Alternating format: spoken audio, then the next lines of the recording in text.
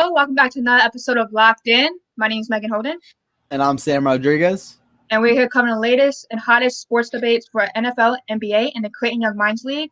For those who haven't heard before, the Creighton Young Minds League is the first replica of European model basketball development and training in the U.S. They take players from all across the nation at different levels, college, G League, overseas, and they compete at the highest level. Now, for topics today, we're going to be talking about which NFL team that's on a run right now do you trust the most? There's a couple of teams going on a run. Which one do you really put stock in? Also, we're going to be talking about your weekly Creighton Young Minds Undiscovered League recap, Player of the Week. We also have a special guest with a pro basketball player from the league, and we're also going to be talking about, given the James Harden situation, Kawhi Leonard, LeBron James, how much power do you give these star players for franchise decisions? But first off, how we're going to start the show for the Creighton Young Minds Undiscovered League recap.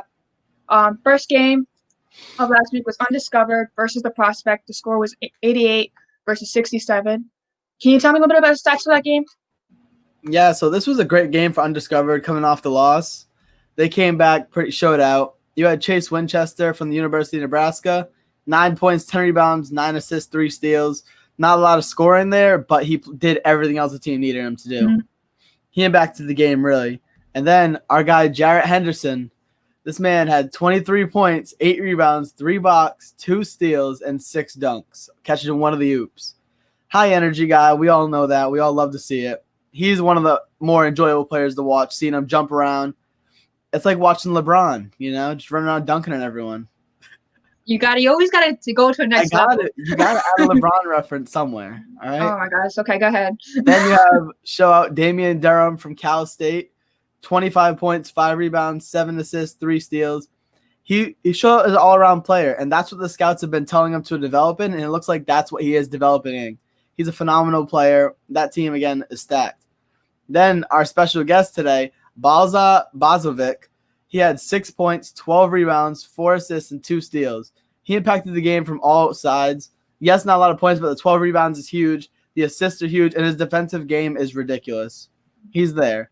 And then lastly, Lewis Patterson, 21 points, 4 rebounds, 2 assists. They had a lot of guys on this team helping out yesterday. Yeah. A lot of teams showed out, and they all played like their part. And then the prospects, you had – oh, sorry, go ahead. Oh, no, what I really like about it is a lot of new faces, too. Yeah, exactly. It's not the same people. It's not the usual suspects, yeah. Yeah. And it was all around games, too. It wasn't just one-way players. But about the prospects, who showed up for them? And then you had Terrell Jones, a 6'5" guard, 25 points, 9 rebounds. He's the main guy that stood out on that team. He's the most scoring. The 9 rebounds really did help. But, again, they played an all-around team, a very complete team in the Undiscovered team. So any team's really going to struggle with that. The only team that had help was the pros because, again, the whole team's made of pros and NBA players. So the experience for sure. The experience definitely matches. But talking about the pros, they actually won the last game. Next game we're going to talk about the pros versus EA Hoops. This is actually a closer game. I didn't expect it to be this close. The pros 152, EA Hoops 46. Can you tell me a little about the stats of this game? So they had CJ Carter, a 6'4" guard, plays for the New York Knicks. He had 19 points. Again, you kind of expect that. The main pro player on that team. Then you had Sterling Sanders, a 6'3" guard as well, had 14 points. They played pretty well, but they played against a young team. And this team, what I like about them is they're a defensive team, the young EA Hoops. Yeah. Every game they have is a low-scoring game. They need to adjust in their offensive ends more because their defensive end's there. They're keeping teams low. Last week, the pros scored, I want to say, 92 on the Undiscovered team. This week, they scored 52. You know what I mean? Yeah, I would say the pros, too, kind of made more mental mistakes. But, shout out to EA Hoops for all those stepping up. And they didn't make the same mistakes last time as not letting those mistakes slip away. Yeah. And the EA Hoops team last time that kept making mental mistakes, and the pros was the one taking advantage. So it was kind of flipped to the end this game. But to Creighton Young Minds Undiscovered League recap, to our player of the week. Who do you have as a player of the week for this week? I mean, you have to go with our energy guy, Jarrett Henderson. I mean, we had him on the show last week. We told him to show out this week, and, hey, he did it. Yeah. I mean, again, the 23 points, the 8 rebounds, 3 blocks, 2 steals, and the 6 dunks. Come on. It's the magic of us picking a player of the week, I think. I think it's whoever we pick for player of the week next week, or whoever comes on the show, maybe, goes off next week. I have to agree there. Jarrett Henderson, energy guy. Let's just show what happened. Let's just show some.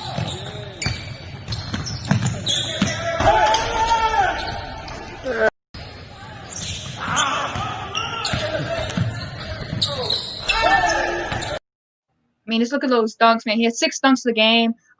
He was a big momentum guy, big energy guy. 23 points, 8 rebounds, 3 blocks, 2 steals, both ends of the court. But now going to that, do you want to talk about another one player who stood out for the game, for Undiscovered, who actually have as coming as a guest for the show? All right, so our guest coming up, Balsa Bazovic, plays for the TBO Yellow Jackets along with Mike and Jarrett. He showed out yesterday, the 6 points, 12 rebounds. He's a sharpshooter from 3. He's a great player. Forward, stretch forward. Welcome to the show. Yes, and he also is putting up double-double for the TBL League. Thank you for coming on the show. Hey, thank you for having me. We appreciate it. How you doing today? I'm doing pretty good. How are you? We're doing good. So we're going to start off with debates. We heard that you are interested in joining the debates. So our first debate of today is how much power should franchises give to their star players? But we heard of the James Harden situation, right? Where he's controlling of the coaching, he's controlling the work kind of scheduling, and also what key players. Kawhi Leonard last year, LeBron James is known for doing that. How much power should these franchises give to the star players? So I'll start off with this. I think it depends on the star and what have they done. It worked for LeBron with Cleveland and Lakers, but it hasn't worked obviously for Harden, and it hasn't worked for Kawhi and the Clippers.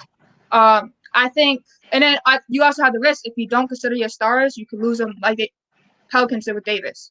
So I think what it is you have to consider your stars to a extent like what they want, but as far as how they impact decision making, I feel like again it depends on the star. So if your star I feel like shows up all the time, is committed, has won something for the league, then I think then yes, they should put it 2 cents. But GMs should be a GM. Like the GM should ultimately make the final decisions. And again, I think it all depends on the star. So I feel like my final statement was that if the star is not one to lead by example, then it shouldn't be in leadership roles for the franchise. Like I said, if going to James Harden specifically, he hasn't really won anything for the franchise. They never passed the conference finals.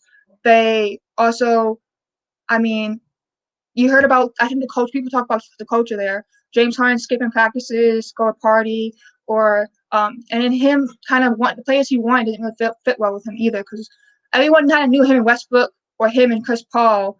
People didn't really think that wasn't enough for them to get over the hump. So they're not really meant to be the GM role. Let the player be the player, let the GMs be GMs. You obviously want to have your star player. You want to please them and have them put their 2 cents in, but I feel like the ultimate decisions should come from the GM since that's your job. So Sam, how do you feel about this? So I kind of agree with that statement. Like, it depends on who the player is. Because, yeah, James Harden really hasn't proven anything. Yes, he scores 50 a game sometimes, but he's not winning. So, again, like LeBron James, the man has 4 rings. Of course, you're going to give him some power and who he wants to play with because you're not trying to lose someone like that. Pelicans did kind of blow it out with losing AD. They had a young star over there. They should have brought something over to help him out. But, again, they really didn't seem that interested in really pushing that movement over there. Now he's in LA. LeBron has some of the say, which is good. It does depend on who it is. Some teams should give more players to say rather than just bringing in who they think is going to fit. Because, like, again, James Harden really didn't. Russell Westbrook and him didn't work. Mm-hmm. Chris Paul and him didn't work. Mm-hmm. Like, that team allowed the GM to help find the perfect fit. But some players over there, like Clippers, I don't see Kawhi and Paul George being a thing. You know what I mean? Yeah. Like, some players aren't meant to be the GM role as well. Some are. Some have a better basketball sense than others. Like, LeBron's one of the smartest basketball players in the world. Then you have some that, like, think they are. But, again, reality, they're just, like, what's the standard then? Because before we get to get a pro basketball player perspective, what's the standard for you, do you think, for a player to have that control? Like, what do they have to accomplish? What do they have to do? So their IQ has to be there first. A basketball IQ has to be there, knowing who fits well with them, not just, another star player and a star player. They have to know, like, what they need. Like, like LaMelo Ball needs a team of shooters around him because he's a passer. You know what I mean? They got to know, like, who to put around the certain people. And if that player knows what complements his game, then great. But if you're putting, like, James Harden and Russell Westbrook together, they don't complement each other. They basically clash. They're 2 ball hogs. So it's basically the IQ sense, really. And you have to show that you have promise. You just need an extra little boost. I say that you have to at least win something for the franchise or be so that you're committed. But I'm interested in hearing Augustia's take from a pro basketball player's perspective. What do you think? I do agree with you guys. It definitely depends on the player. There aren't many players that I would give power to in the NBA. I'd take LeBron James and probably Chris Paul. Those are probably the two players that I would give power to because I know they're gonna put the team in the right situation to win. You know, LeBron's been 10 finals in 11 years. Chris Paul hasn't won anything, but he's a great leader. He almost won it with James Harden. That's the closest the Houston Rockets have been so far. Yeah, those are the two guys that I would give power to. And I do agree with Sam. It depends. IQ plays a big role. You know, those guys are gonna make sure that the team is in the right situation. They're gonna bring the right pieces in.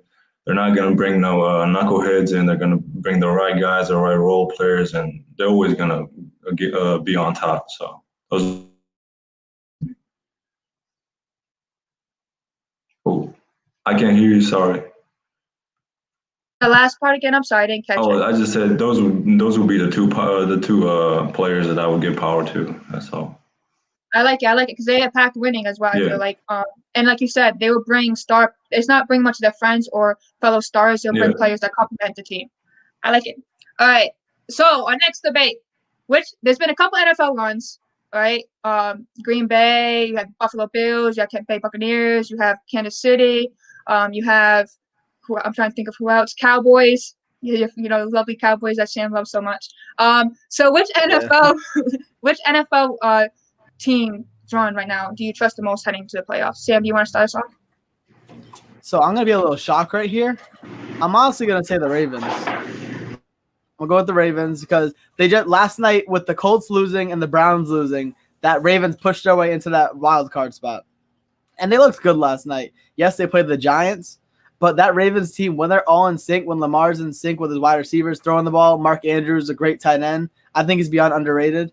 They're going to be a phenomenal team over there. So I think they can push up. They have the defense still. They have two great defensive linemen, former teammates from Saxonville. So I think that team right now has potential to push forward. They just have to keep playing consistently. And the addition of Des Bryant, I think personally, is a great red zone threat because that man's tall, 6'4", 6'5", great receiver still. And all they need him for is red zone threats. Just a big body to throw out there. So I believe in their push. A little bit of a far-fetched thing, but I think after last night, they're going to start pushing it together. Oh, so here's my quick rebuttal on that before we get into our takes. The Ravens, the last couple of games, they won against the Giants, NFC East, 27-13. Jaguars, who has the first pick in the draft right now, the worst record, 40-14. They beat the Cleveland Browns in a high-scoring game, 47-42. And they beat the Cowboys, again, the NFC East team, 34-17. So I'm not really seeing the competition level of who, like, you know what I mean? It's not really high competition they beat. I think they just got kind of lucky with their schedule. I think the signs they showed early in the season kind of still scare me of they struggle offensively with they're not as explosive as they were last year. And I think part of it is running the same packages. So I'm not sure. I think there are teams who are more well-rounded and has a better track record throughout the season, who has been more consistent through the season that I trust more. And I'm going to get into this. I'm going to start off by doing Brett Duffy's. I'm agreeing with Brett Duffy here. I'm going to go with Green Bay, okay? I'm going with Green Bay because even though Kansas City has a long streak right now with 10 weeks, but they haven't really won since week 8 more than a touchdown for a score, right? It's been a touchdown within the touchdown since week 8. Close games. They played down to the competition. Their offense is number 1 in yards, second in points, but the defense is 15 yards and 7 points. I think them playing down to the competition and constantly have to fight to the end is kind of going to bite them later. I feel like they're going to get drained out going into the playoffs. I feel like I feel like there's only so much time you can get away with it. So I'm kind of skeptical there. The Bills also have been doing good though. 4 weeks straight. They beat the Chargers 27-17. They beat the 5-7 49ers 34-24. The Steelers, who were 11-2, they were kind of down in momentum though, 26-15, and the Broncos 48-19. The offense ranks number 6 in points, number 5 in yards. The defense is middle of the pack, 17 both points and yards. But a team that has been playing better and has been playing tougher teams, and especially last night, I think it's just the Green Bay Packers. that last night win and how they dominated just showed to me it was just huge because one, Titans were number 3 in points. We kind of think of them as a defensive team, but they're a good offensive team too. They beat them 40-20, 14. Defense was a thing we talked about this game. I think I was the only one who picked Green Bay Packers. I'm not going to back here. You and Joshua picked the Titans, and I said it's going to come down to which defense showed out. And the Green Bay Packers defense a lot impressed me last night, how they controlled and limited Henry. They also beat the Carolina Panthers, who have kind of a sneaky good defense.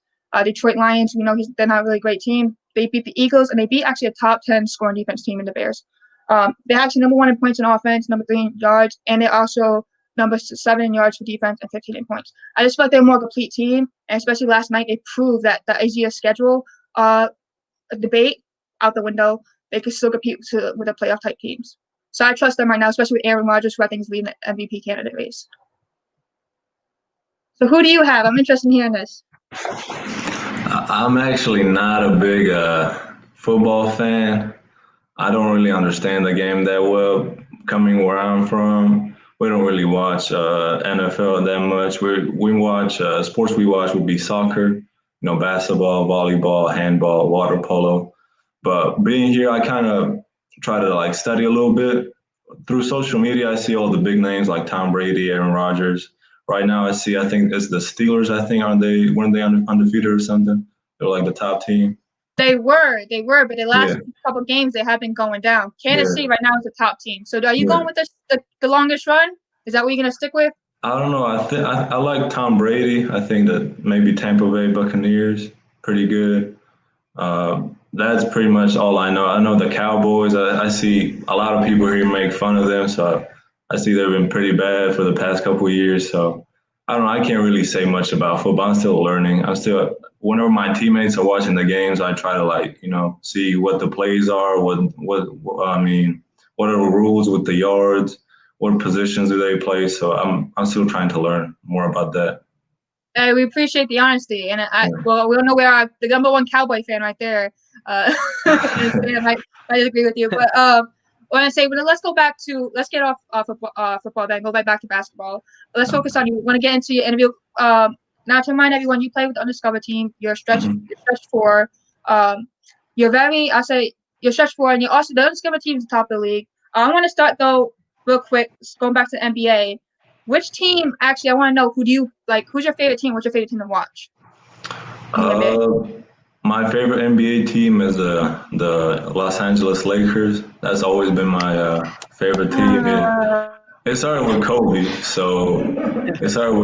And then when I started watching NBA more, I started finding out who the Lakers really are, the history behind it. So that's my favorite team by far. But I like them right now. I was so happy when 2 years ago LeBron signed with the Lakers because we were in a bad drought for about 7 years, I think it was. So I'm pretty happy for the Lakers right now. And they're looking pretty good right now. Man, I need some people from Elite Sports Debate, some pages from Elite pages, some Celtics from Elite Sports Debate, because I'm outnumbered here. All right, but I actually want to catch also maybe an NBA Finals prediction, because right now my prediction doesn't look good, so I don't think yours is probably not going to be below mine. I picked Celtics versus Golden State. I'm sticking with it though, just for now. I'm gonna see how it plays out. But I want to hear who's your NBA Finals prediction. Now that you're a Lakers fan, I'm kind of scared to hear it. But let me know who you have. I'm hoping for the Lakers versus Nets. Yeah. I like it. See that. That would be good. That would be a good story too. KD versus LeBron. Who's really better? It's been in debate for a while now. All right, now get into our question. Sam, what's your first question for our going to NBA to focus on our star here? So when and why did you start taking interest in basketball? And when in your career did you know you could and wanted to take it professionally? I started playing when I was, I think, around 7 or 8 years old. My dad played basketball. My mom played basketball. Pretty much a lot of my family members played basketball. And I remember one time my dad took me to a volleyball practice, and I started crying. So that was never going to work. But he took me to a basketball practice, and I think it clicked.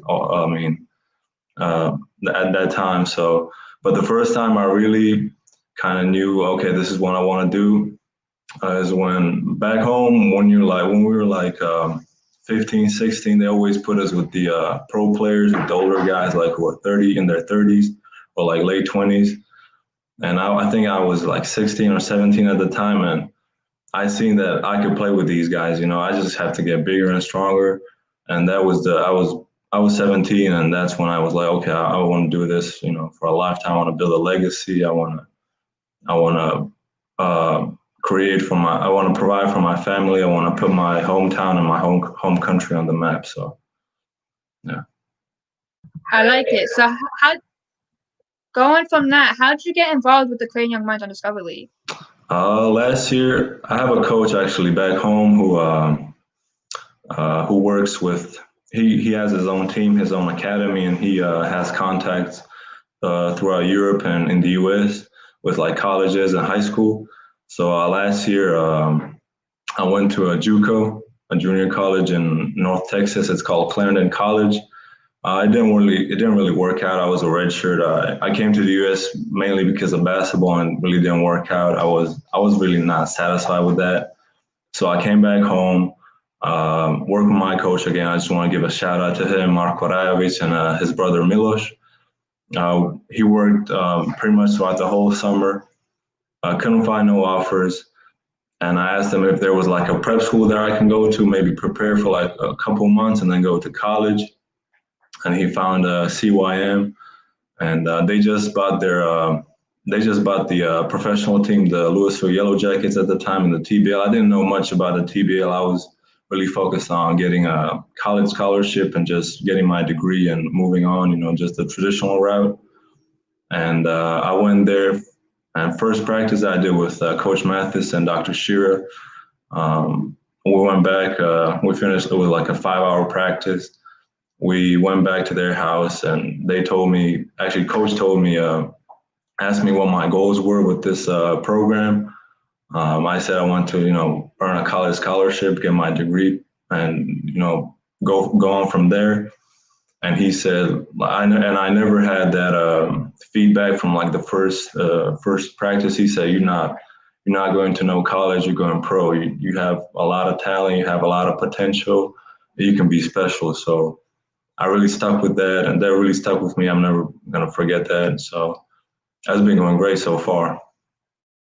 Actually, all it takes is one person, one person to just believe in somebody and just have faith and to help you take that next step. That's amazing. And it paid off too, because you're averaging a double with the Yellow Jackets, averaging 17 points and 12 rebounds, great on the boards. Like we mentioned before, nice stretch four, he spaced the floor. But going on to the next question, Sam, what do you have? So going from the TBL back to the Undiscovered League, you guys were the Undiscovered team. You were Summer League champs last season. You got the second team All-Star, and now you guys again you're on top of the league. Is there like a key or a secret to like being so dominant in that league, or like are you guys just that good? I think what makes us a great team is that, first of all, we played for a long time together. And second of all, we have the right pieces. Nobody's looking out to just score the ball or do this or do that. Everybody knows their role, and we really fit well with each other. And the chemistry is great, and that's why we're the best team right now. Detroit Pistons, take notes. All right, so going on to that, like I mentioned before, you're great rebounding, stretch four. You also played a three. You can space the floor. Some scouts compared you to David Burtons, who actually just got nice contact with the Wizards. Yeah. But who would you model your game after, or who do you compare yourself to in the NBA? There are a couple of players that I like to watch. Like the only American players that I really like to watch today, and I'm unfortunately he's not playing this season. He got injured, is Klay Thompson. He's a two-way player, catch and shoot, very simple, very efficient, great defender. And another player, he's retired. He's a NBA legend, Larry Bird. I like to watch his game too. I like to study him. But most of the players today, I love overseas players. I love players that come from the era I'm from, former Yugoslavia. And I love players like Jokic, Luka Doncic, Bogdan Bogdanovic that just signed with the Hawks, because they don't rely on their athleticism. It's all skill, it's all IQ. So those are the type of players I love to watch. I like You're not it. wrong. I like They're it. all beyond skilled. Luka's probably in the MVP race this year, if not like top of it right now, I'd say. All right, jumping the gun a little bit with Luke. I think Luke. No, He's I'm definitely telling an MVP, you. he's definitely an MVP race, but it's only like what 3, Every 4 games 2K in. simulation I've done, he's won MVP. All right. All right, let's go back to our special guest here. What I say was, but yeah, it's the most, I feel like, the most important type of players to have, the two-way players, IQ, the ones who really understand the game. But let's go to our next. What's the next question you have for him, Sam? So on your scouting report, it says that you're a team player and you're very coachable. But one thing that they believe you could work on is adding a little bit more weight and being more aggressive driving and on defense. How do you plan on working on that? I just have to get better every day. Get better. It starts with practice. I have to start doing it at practice. I'm starting to do that more and more. I'm kind of getting more comfortable with that role. I had to start off when I first came. I had to start off by just catching and shooting and rebounding. I wasn't that strong. I wasn't in shape. Now I'm a lot stronger than I was. I'm in way better shape. So I have to play a lot better defense. That's true, yeah. But yeah, I have to work on those things. Those were my biggest weaknesses right now would be defense and then being more comfortable with the ball. That's what I'm working on right now. I thought you were a really good team defensive player, though. You could tell the IQ is definitely there. Want to say in the angles, taking the right angles and everything. Yeah.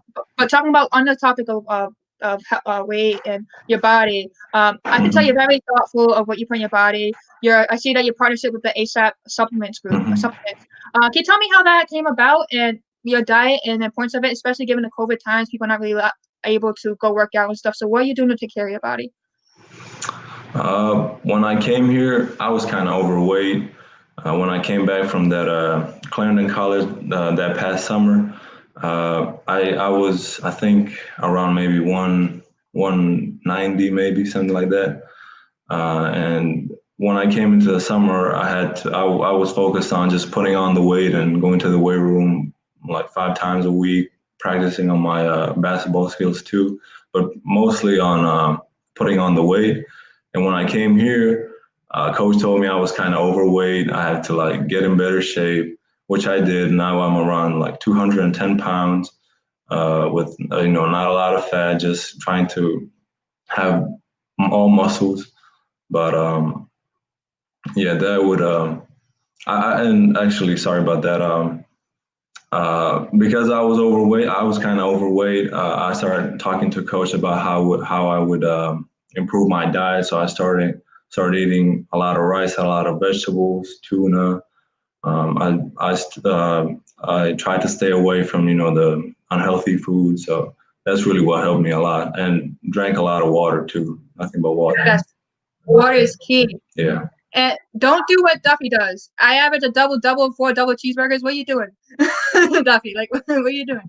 But yeah, like I say, the point of diet is definitely important. A good diet is definitely important, especially you see with athletes like Brady and LeBron James, how long it keeps them in the league. Sam, what's the next question you have for him? And so I know you see all these players in the pro league. Like you see, you watch the overseas players. What does it mean to you when you see a guy like Nikolai Vucevic, who was raised and played in your hometown of Montenegro, to be in the NBA and be starting, not just in the NBA, he's starting for the Magic? And I want him on the Celtics too. So if you could talk to him and maybe ask like if he wants to demand a trade. But we'll go back to that question real quick. Yeah, I like his game too. I like his game, and I know he's been. I think he started his career. I think he played high school in the U.S. He played college, and he wasn't this player when he was in college. I remember watching some film on him too, where I think at his freshman year and sophomore years, he didn't really shoot a lot. He didn't shoot no mid ranges. It was just rebounding, blocking shots and finishing around the rim. But as he's developed so much, from that point on.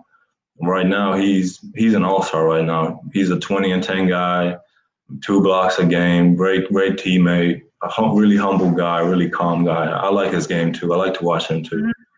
I feel like he's just very underrated. And his game actually reminds me a lot of your game, like as far as spacing the floor, grabbing the boards, doing the little things that people might not notice, but it definitely impacts the game. It definitely you can definitely see how it impacts the game. But next question we have is, you mentioned overseas players. You mentioned that that's the type players you like to watch. Who do you have as the best overseas player who ever came to the NBA? Who do you think that is? I think right now it's Dirk Nowitzki, but I have a feeling that when it's all said and done, that Luka's going to be, if he stays healthy, I think he's going to be the greatest overseas player that played in the NBA. You're not Interesting. wrong. He has the potential to do it if he stays healthy. Mm-hmm. The Hawks should have never traded him. The only thing is, well, they got Trae Young, who's also a great offensive talent. The only thing is, I would like to see him develop defensively. But Dirk, if he can definitely if he brings a championship to Dallas like Dirk did, he's definitely like in that stay. Now going to the next question, Shane, what do you have for him? So being in the TBL now, what's your next step or goal in your basketball career? Like, what's next for you? Right now, I would love to play, in the G League or the NBA, or I would love to play back home and maybe the Euro League, the Euro Cup, just at the highest level possible. So those are my goals right now, just to improve, get better, be the best basketball player that I can be, and better than that. So those are kind of my goals right now. Well, we have someone in the comments asking him about the Bucks. What team? It makes me think. What team would you want to play for if you got the opportunity to play in NBA? What team? If you could select, I know you're not able really to choose. It's faith is faith. But if you could be able to select which team you pick, what team would you like to play for? I would be grateful for any team. I would use that opportunity to the best of my abilities. But the teams that I would really love to play for would be, the Golden State Warriors, the San Antonio Spurs, the Raptors, and the Miami Heat. Okay. They're all. I look at them as really like a team. There's not just one individual. They might have a good player, a player that stands out, but it's mostly the team that makes it great. The Golden State Warriors develop players. San Antonio Spurs are great at developing players. The Raptors too. The Miami Heat too. They have a great management, great coaching staff. So those are some of the teams that I really try to pay attention to more. I like it. Great cultures. That you said great development places. I like that. But people usually like to go to places that either have the stars or don't have the star yet, and they like to be that star. So I really like that pick. Is there anything else that we haven't mentioned or brought up that you like to tell the viewers here today? No, not really. Yeah, that's pretty much it. Yeah.